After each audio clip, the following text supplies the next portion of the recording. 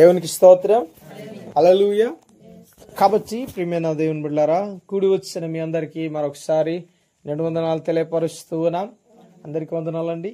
Right, ఈ యొక్క రాత్రి కాల సమయంలో కొన్ని మాటలు మనం జ్ఞాపకం చేసుకుందాం. ఈ యొక్క కూడికను ఉద్దేశించి ఎఫెసీయులకు రాసిన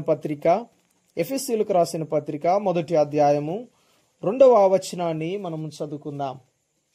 ఎఫెసీయులకు రాసిన పత్రిక, అపోస్తుడైన పౌలు ఎఫెసీయులలో ఉన్న సంఘబిడ్డలకు రాస్తున్న ఎఫెసీయులకు రాసిన పత్రిక మొదటి అధ్యాయము 2వ వచనాన్ని చదువుకుందాం.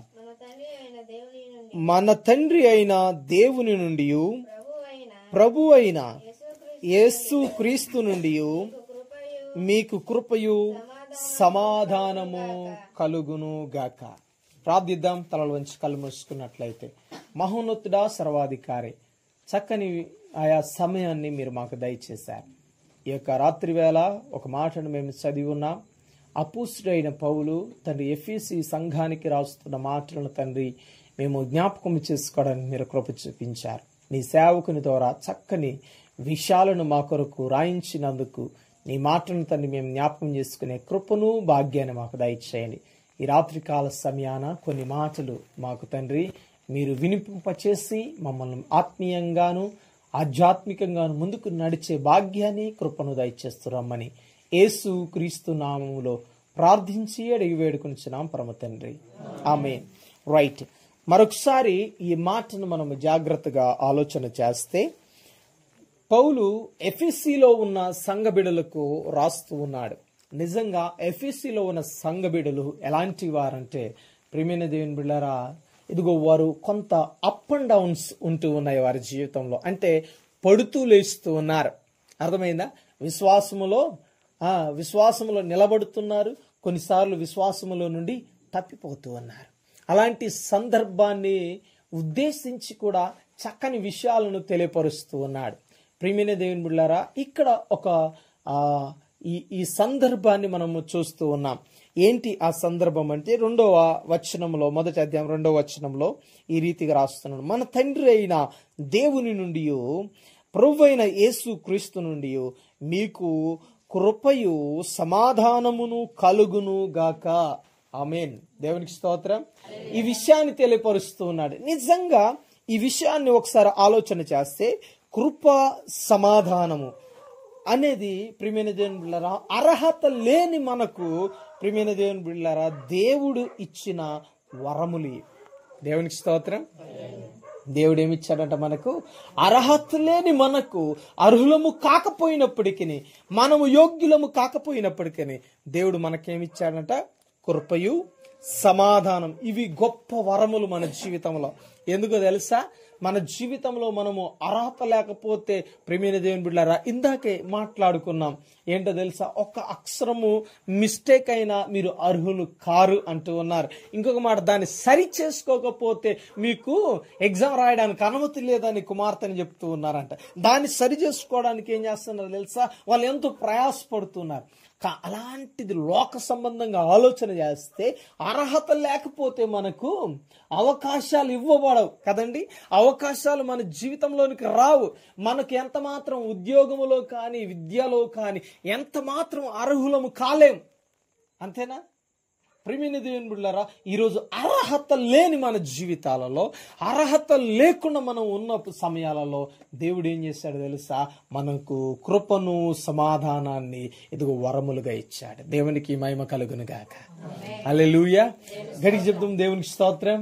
కాబట్టి ప్రియమైన దేవుని బిడ్డలారా, ఒకసారి ఆలోచన చేస్తున్నట్లయితే, ఈ కృప సమాధానము అనేది ప్రియమైన దేవుని బిడ్డలారా ఎఫెసీ పత్రికలో స్పెసిఫిక్ గా ఈ ఒక్క పత్రికలోనే మనము చూడగలిగితే, కృప అనే మాటను ప్రియమైన దేవుని బిడ్డలారా ఇక్కడ రాస్తున్నాడు. దాదాపు 12 సార్లు ఈ యొక్క పత్రికలో మనకు కనపడుతుంది. ఎన్నిసార్లు అండి? దాదాపు 12 సార్లు కృప అనే వాక్యాన్ని వాడాడు. ఇంకా సమాధానము అనే వాక్యాన్ని దాదాపు 8 సార్లు వాడాడు ఈ యొక్క పత్రికలోనే.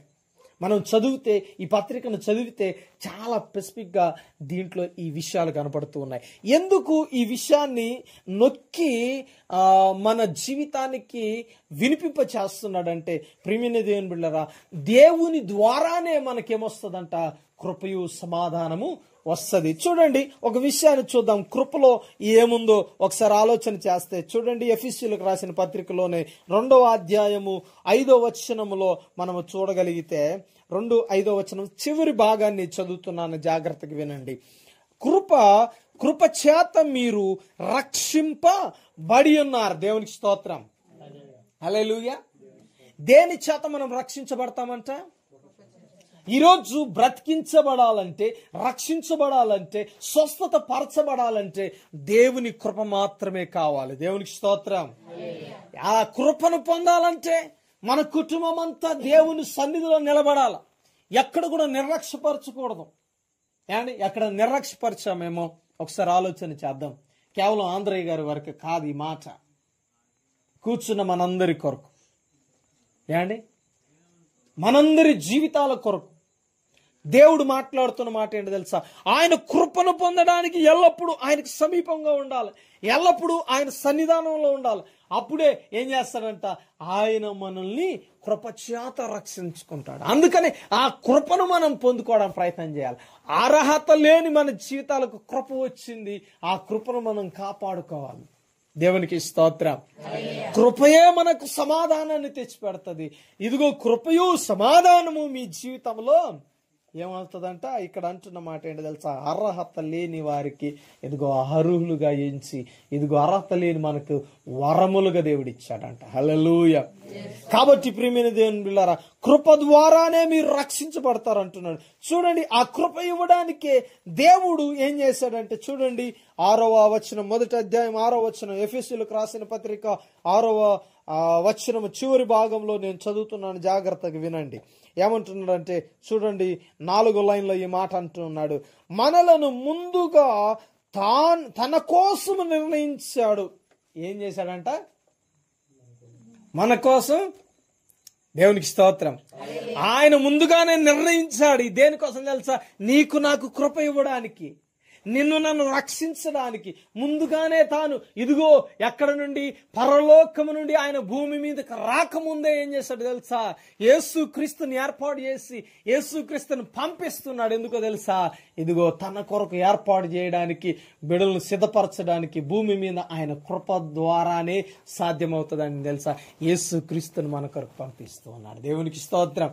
అందుకని ఇక్కడ అంటున్నాడు, ముందుగానే తాను ఏం చేశాడు తెలుసా? ఎరిగి ఉన్నాడు. మనం బలహీనులమై ఉన్నామని తెలుసు ఆయనకి. అర్థమైందా? మనం బలహీనులమై ఉన్నామని తెలుసు, మనం రోగులమై ఉన్నామని తెలుసు, మనం పాపులమై ఉన్నామని తెలుసు. అందుకని ప్రియమైన దేవుని బిడ్డలారా, మనల్ని ముందుగానే ఎరిగిన దేవుడు ఏం చేశాడు తెలుసా? మనల్ని ముందుగానే ఆయన తన కొరకు ఏర్పాటు చేసుకున్నాడు. దేవునికి స్తోత్రం. నిర్ణయించి ఉన్నాడు. ఈ లోకంలో చాలా నిర్ణయాలు మనకంటే ముందుగా ఇదిగో మనం ఆయన ఎరిగిన వాడు గనకనే మన కొరకు ఆయన ఒక నిర్ణయాన్ని తీసుకుని ఉన్నాడండి.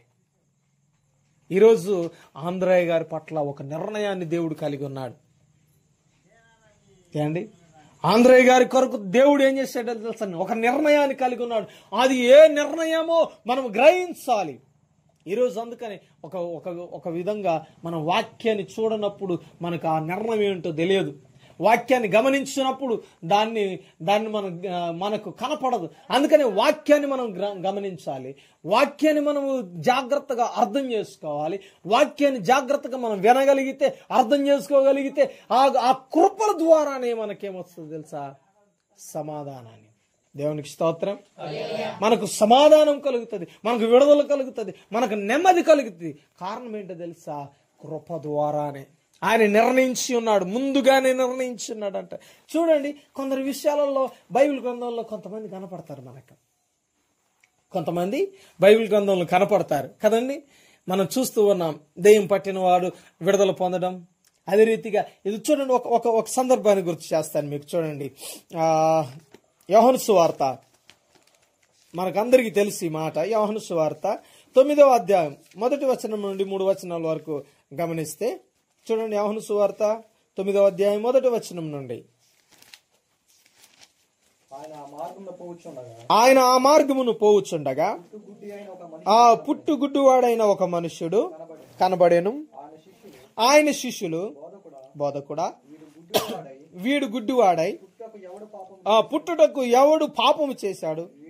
వీడా, వీని కన్నవారా అని ఆయనను అడగగా యేసు వీడైనను వీని కన్నవారైనను పాపము చేయలేదు గాని దేవుని క్రియలు వీని యందు ప్రత్యక్షపరచబడుటకే వీడు గుడ్డివాడిగా పుట్టాడు. చూడండి, దేవునికి స్తోత్రం.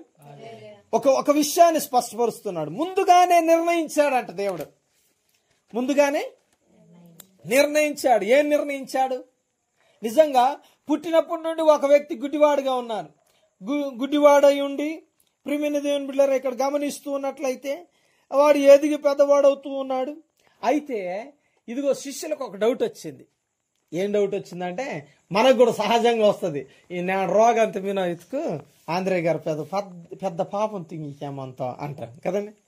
ఆంధ్రయ్య గారు ఏదో పెద్ద పాపం చేసి ఉంటారు, అందుకని ఈరోజు ఏమయ్యారు, రోగంలో పట్టాడేమో. కొంతమంది అతిభక్తి పరులు ఉంటారు కదండి.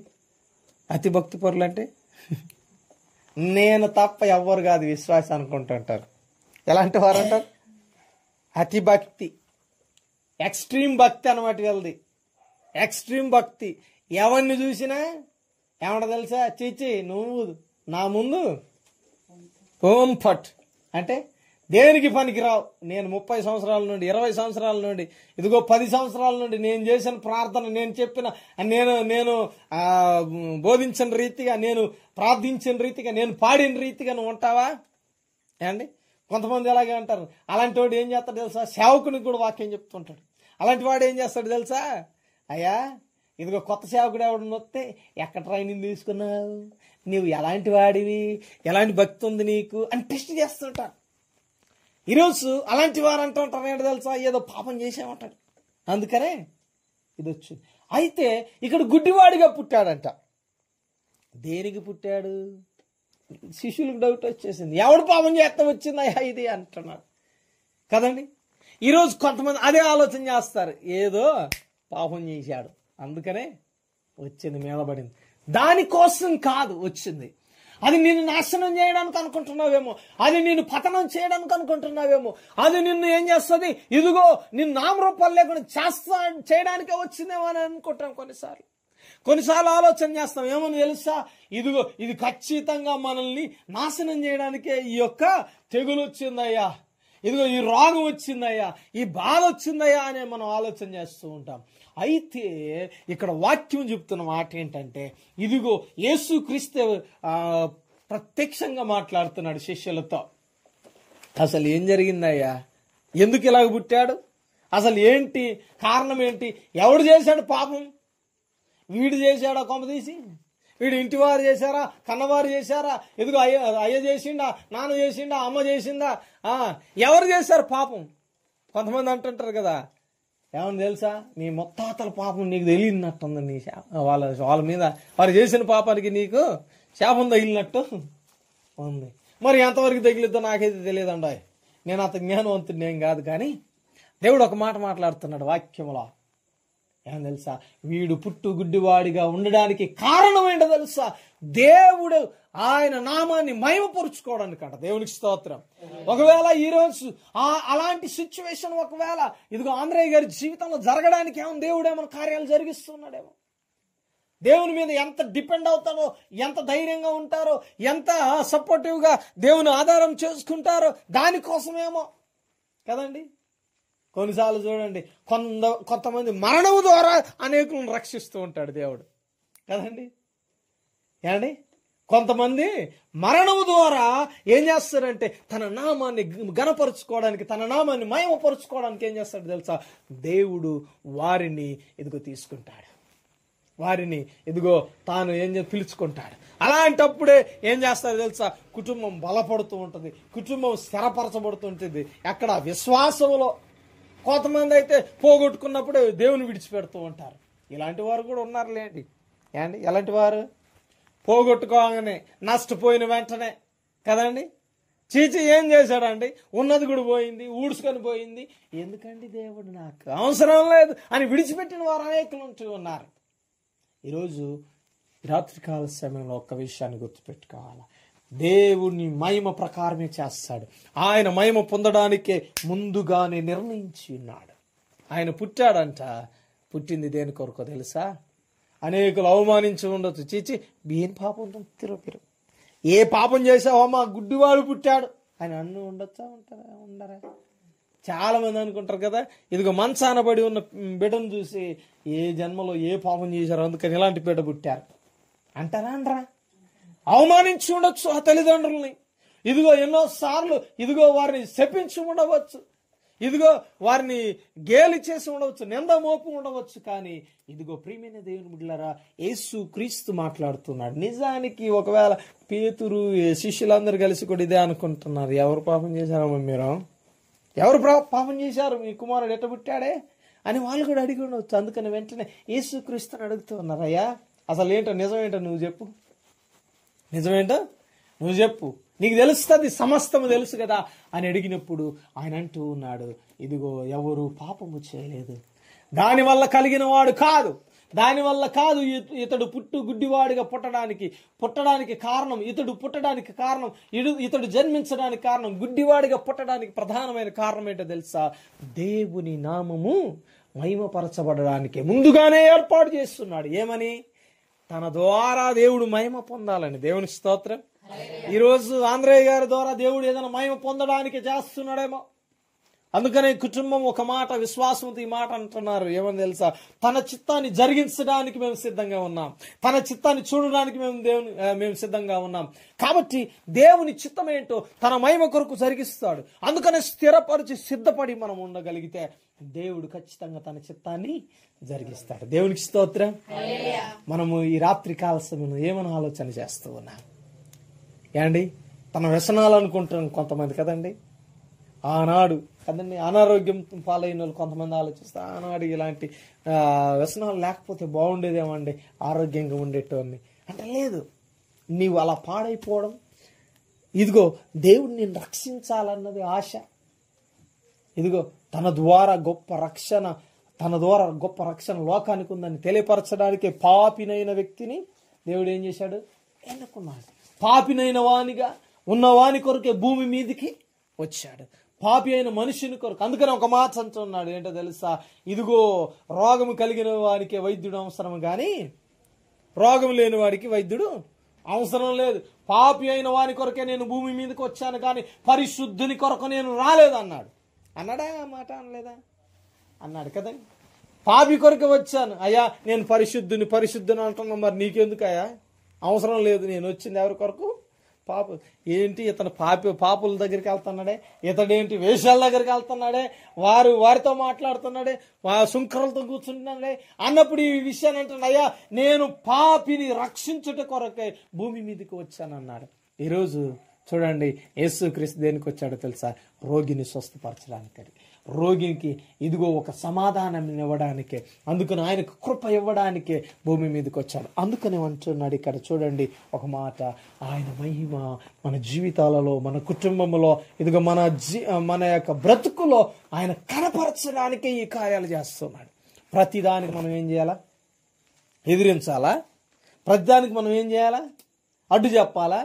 ప్రతిదానికి ఆగు ప్రవ్వా, నీ ఇష్టం వచ్చింది చేస్తే నేనే అడుగుకుంటా అండి, నా ఇష్టం వచ్చింది చేయాలి కానీ, నేను అడిగింది చేయాలి కానీ అండి, మరేమో గారు అట్ట అంటారా? అలా అనకూడదు కదా.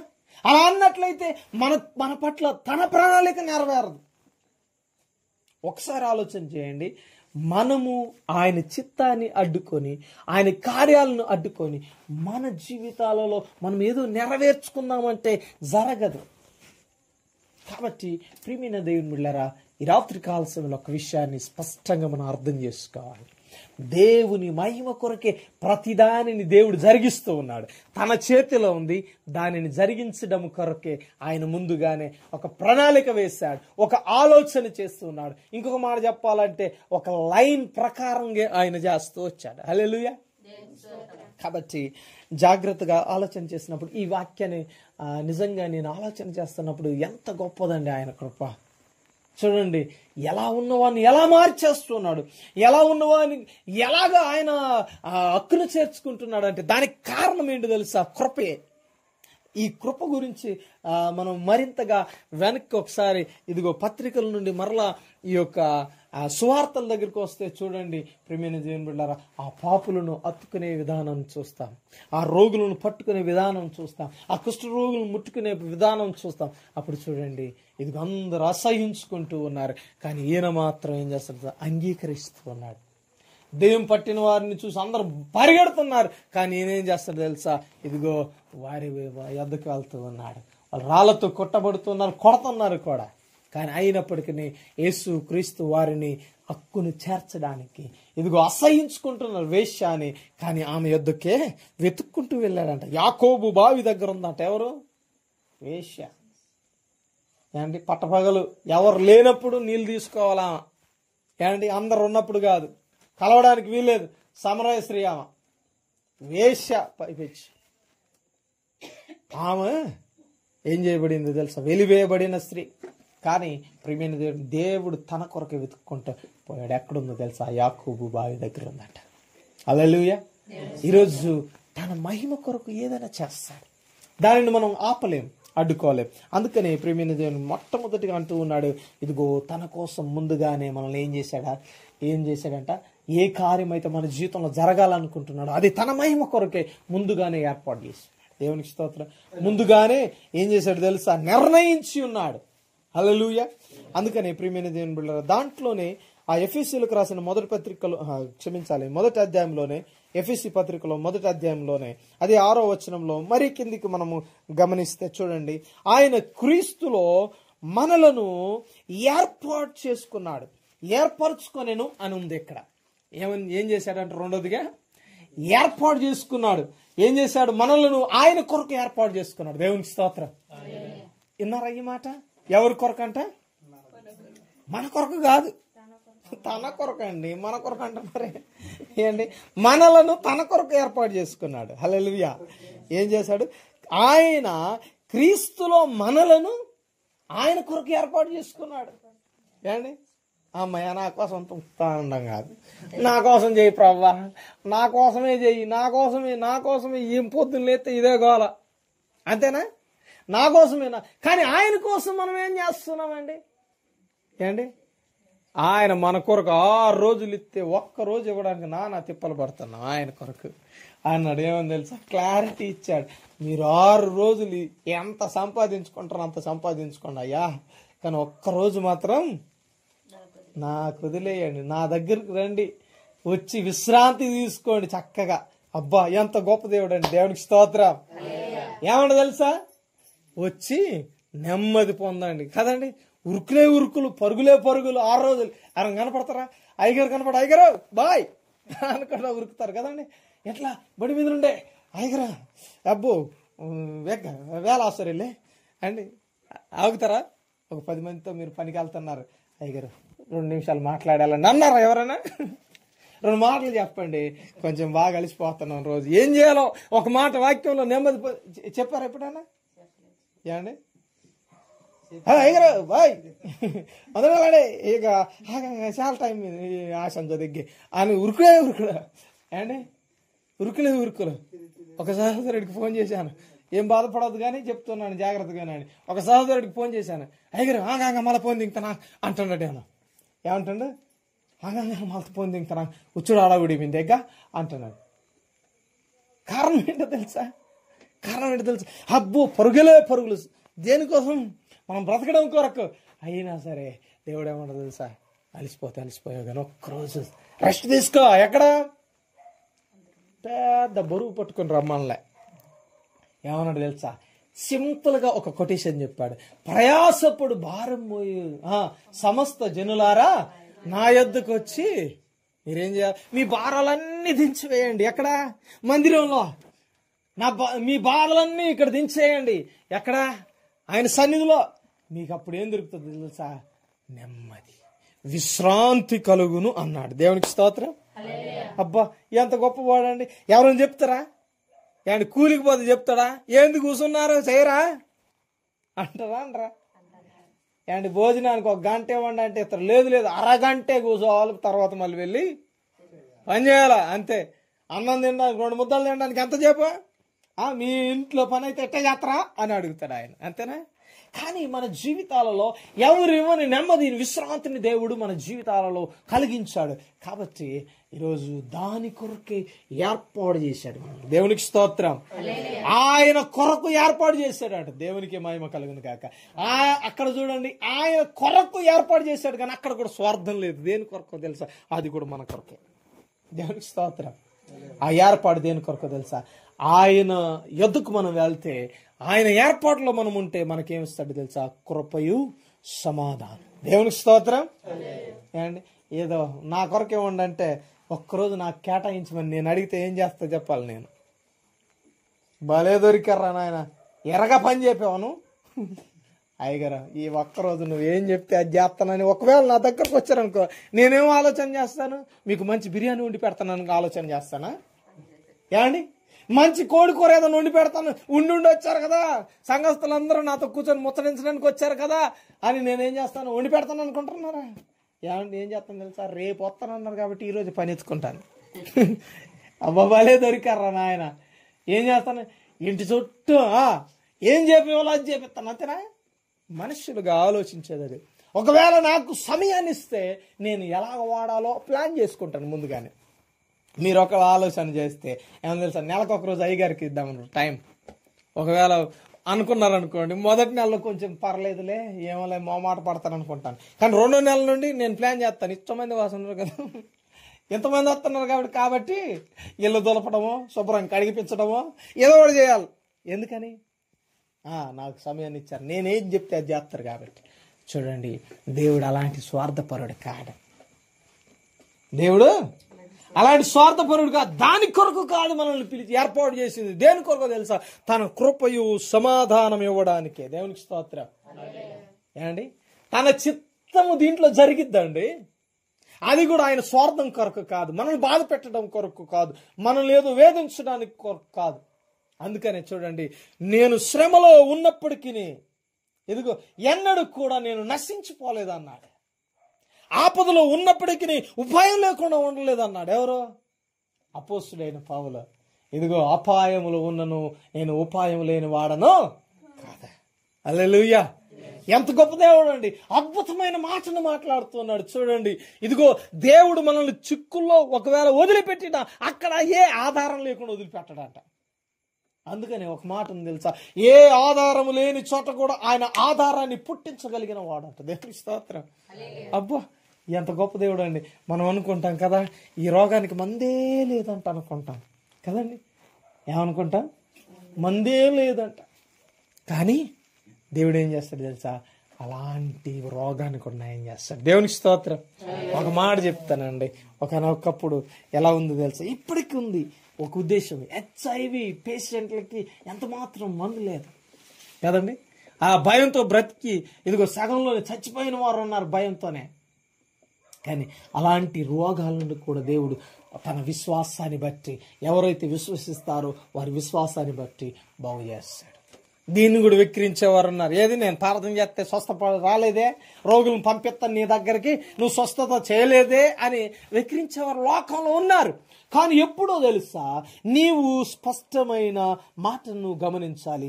నీవు విశ్వాసాన్ని కలిగి ఉన్నప్పుడే, నువ్వు విశ్వాస సహితమైన ప్రార్థనే అది రోగికి స్వస్థత ఇస్తుంది. అంతేలే కానీ నేను చెప్పిన మాటలకు కాదు, నేను చెప్పిన మాటల వల్ల కలిగేది కాదు. ఏదో నువ్వు మోకరించి ఏదో చెప్పాడులే ఒకసారి ట్రై చేద్దామని కాదు. దేనికోసం తెలుసా? నీ విశ్వాసాన్ని బట్టి దేవుడు దాన్ని ఏం చేస్తాడు తెలుసా? తొలగిస్తాడు. ఈ రాత్రి కాల సమయంలో కృపయు సమాధానం ఉచితంగా వచ్చింది. దాన్ని పొందుకోవాలా? పొందుకోవడానికి మనల్ని అందుకనే ముందుగా నిర్ణయించి ఉన్నాడు. తన కృపలో నడవడానికి ముందుగా ఏం చేశాడు తెలుసా? ప్రభువైన యేసుక్రీస్తు నిన్ను నన్ను ఏర్పాటు చేసుకున్నాడు.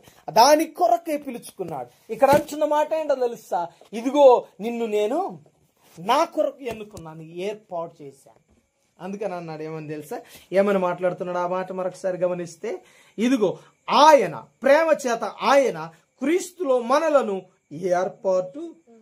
ఏర్పరచుకొనెను. దేవునికి స్తోత్రం. ఈ రాత్రి కాల సమయంలో జాగ్రత్తగా వినాల. మనం ఆయన ఏర్పాటు చేసుకున్నాడు. ఇక్కడ చూడండి, ప్రియమైన దేవునిలారా, ఆయన ఏర్పాటు ఎలాంటిదో తెలుసా? ఒక స్త్రీ అంట, చూడండి, ఒక స్త్రీ ప్రియమైన దేవుని బిడ్డ దాదాపు 12 సంవత్సరాలు వేదన పడుతుంది. 12 సంవత్సరాలు వేదన పడుతుంది. వేదన ఎక్కడ పోతే తీరుతుంది, ఎక్కడ పోతే నా వేదన తగ్గుతుందని అనేక ప్రాంతాలకు తిరిగింది, అనేక కనపడ్డ డాక్టర్నల్లా ప్రయత్నం చేసింది. మనం కూడా కొన్నిసార్లు ఇలాగే ప్రయత్నం చేస్తుంటాం. ఎవడు బాగు చేస్తాడంటే ఆడి దగ్గర ఉరుకుతాం కదా.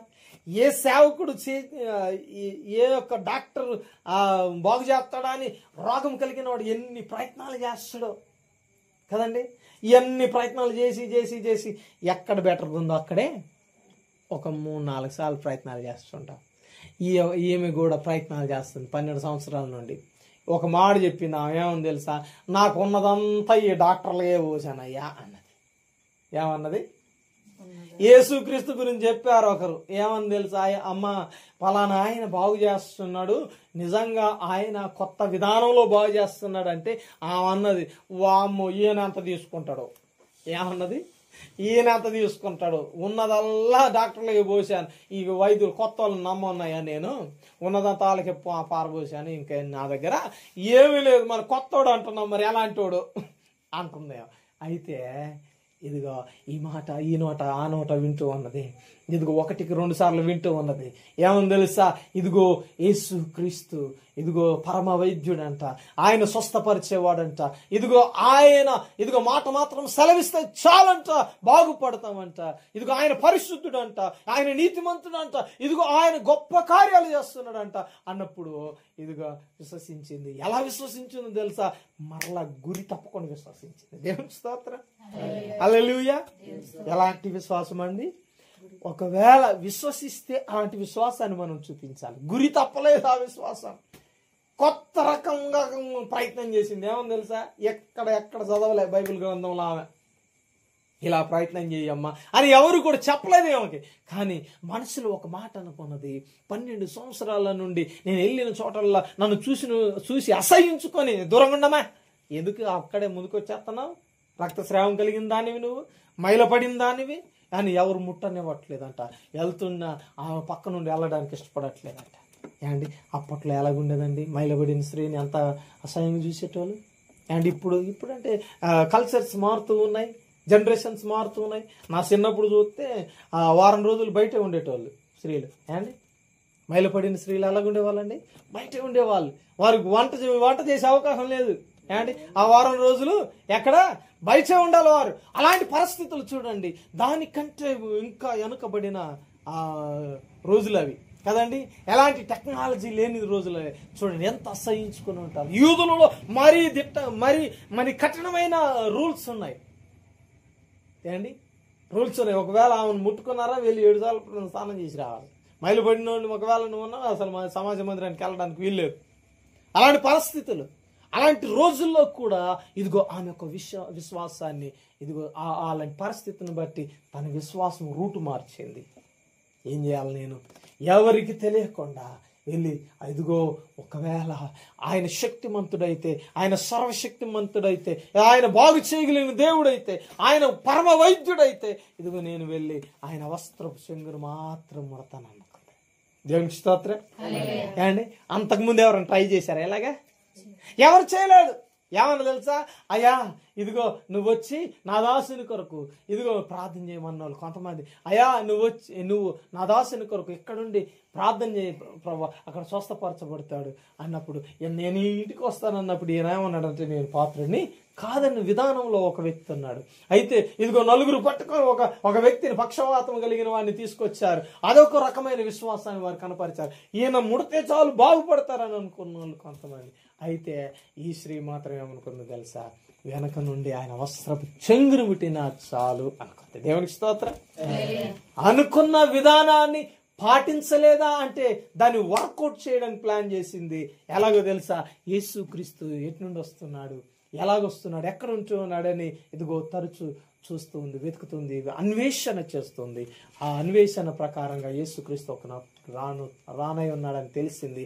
ఇదిగో అక్కడికి వెళ్తే అనేకులు ఉన్నారు. ఏమంటే అప్పుడు యేసుక్రీస్తు యొక్క ఆ కీర్తి వ్యాపించింది. ఆయన చుట్టూ 100 మంది ఉన్నారు. ఆమె ఎవ్వరికి తెలియకుండా ఆ జనాల మధ్యకి వెళ్ళి యేసుక్రీస్తు చెంగుని ముట్టింది, వస్త్రపు చెంగుని ముట్టింది. దేవునికి స్తోత్రం.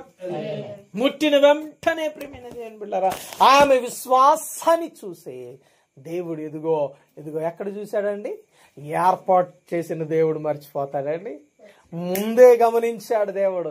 అందుకనే ఆమె వస్త్రపు చెంగును ముట్టగానే, ఆమె ఎప్పుడైతే ముట్టుకున్నదో యేసుక్రీస్తు వస్త్రపు చెంగుని, వెంటనే అంట. దేవునికి స్తోత్రం. చూడండి, ఆ మాట చదువుకొని ముగించుకుందాం. చూడండి, మార్క్స్ వార్త 5వ అధ్యాయము 29వ వచనం అండి. చక్కని మాట ఇది. నిజంగా ఆమె చూపించిన విశ్వాసం ఎలాంటిదో ఒకసారి ఆలోచన చేస్తే, మార్క్స్ వార్త 5వ అధ్యాయము 29వ వచనాన్ని చదువుకుందాం.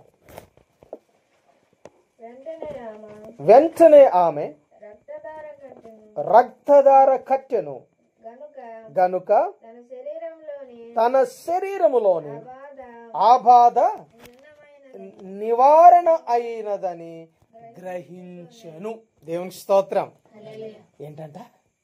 ఎప్పుడైతే యేసుక్రీస్తు యొక్క ఆ వస్త్రపు చెంగును ముట్టిందో, వెంటనే చూడండి, తన శరీరములోని బాధ నివారణ అయిందని గ్రహించుకుంది. దేవునికి స్తోత్రం. చూడండి, ఎవరు గ్రహించారంటే, ఎవరైతే విశ్వసించారో వారే గ్రహించారు. దేవునికి స్తోత్రం. సర్వమెరిగిన దేవుడు కదా, ఆయన స్వస్థపరిచిండు. ఎలాగో తెలుసా? ఆమె విశ్వాసాన్ని బట్టి. అందుకనే ఇదిగో ఆమె ఒప్పుకోవడానికి ఒక ప్రశ్న వేశారు. ఎవరు నన్ను ముట్టారు అన్నప్పుడు శిష్యులు ఏమన్నారు? ఏం ప్రభా, భలే జోకులు వేస్తున్నావు నువ్వు. ఏంటే భలే జోకులు వేస్తున్నావు? ఎందుకని ఇలాగే అడిగి ఉండవచ్చు శిష్యులు. ఏంటి ప్రభా, మమ్మల్ని పిచ్చోళ్ళని చేయడానికి ఈ మాట అంటున్నావు? ఎవరో నన్ను ముట్టారు అంటున్నావు అంటే ఎంతమంది నిన్ను మీద పడి నన్ను బాగు చేయి సేవకుడా బోధకుడా రమ్మని పిలుస్తుంటే కామెడీ కాకపోతే ఏమంటున్నావు? నన్ను ముట్టింది ఎవరు అని అడుగుతున్నావు. మరీ బాగుంది ప్రభా. అయితే ఆయన అన్నాడు, ఇదిగో నాలో నుండి ప్రభావం వెళ్ళింది. దేవునికి స్తోత్రం. ఎలా వెళ్ళిందంట? ఆయనలో ఎప్పుడైతే ఆమె విశ్వాసంతో ముట్టిందో, మరి నిజానికి ఒకసారి ఆలోచన చేద్దాం. అంతమంది ఉన్నారు, బాధ కలిగిన వాళ్ళు ఉండకపోవచ్చా? ఉంటారు కదండి. ఇప్పుడు అందరూ బాగా చేయమని వచ్చి ఉండొచ్చు. అంతమంది ముట్టే ఉంటారా? ఆయనని ముట్టే ఉంటారు, కానీ వాళ్ళు బాగుపడలేదు. కానీ ఆ ఒక్కటే ఎందుకు బాగుపడింది? అది దేవునికి స్తోత్రం. ఎంత గొప్ప దేవుడు అండి. చూడండి, వీరిలో అలాంటి విశ్వాసం లేదు. ఏమని చూస్తున్నారు తెలుసా? అందరూ వచ్చి నెత్తి మీద ప్రార్థన చేస్తాడేమో, ఏ నూనె రాస్తాడేమో, ఏదైనా తైలం కుమరెత్తడేమో, అయితే నన్ను ముట్టు అంటున్నారు. ఇలా పట్టుకొని జుట్టు పట్టుకొని చేతులు పెట్టి లాగుతుంటారు కొంతమంది కదండి. కలబడేటప్పుడు వస్త్రాలు పట్టుకొని లాగుంటారు. ప్రభా నన్ను చూడు, ప్రభా నన్ను బాగు చేయి, నా బిడ్డను బాగు చేయి అని అన్న ఉండవచ్చు.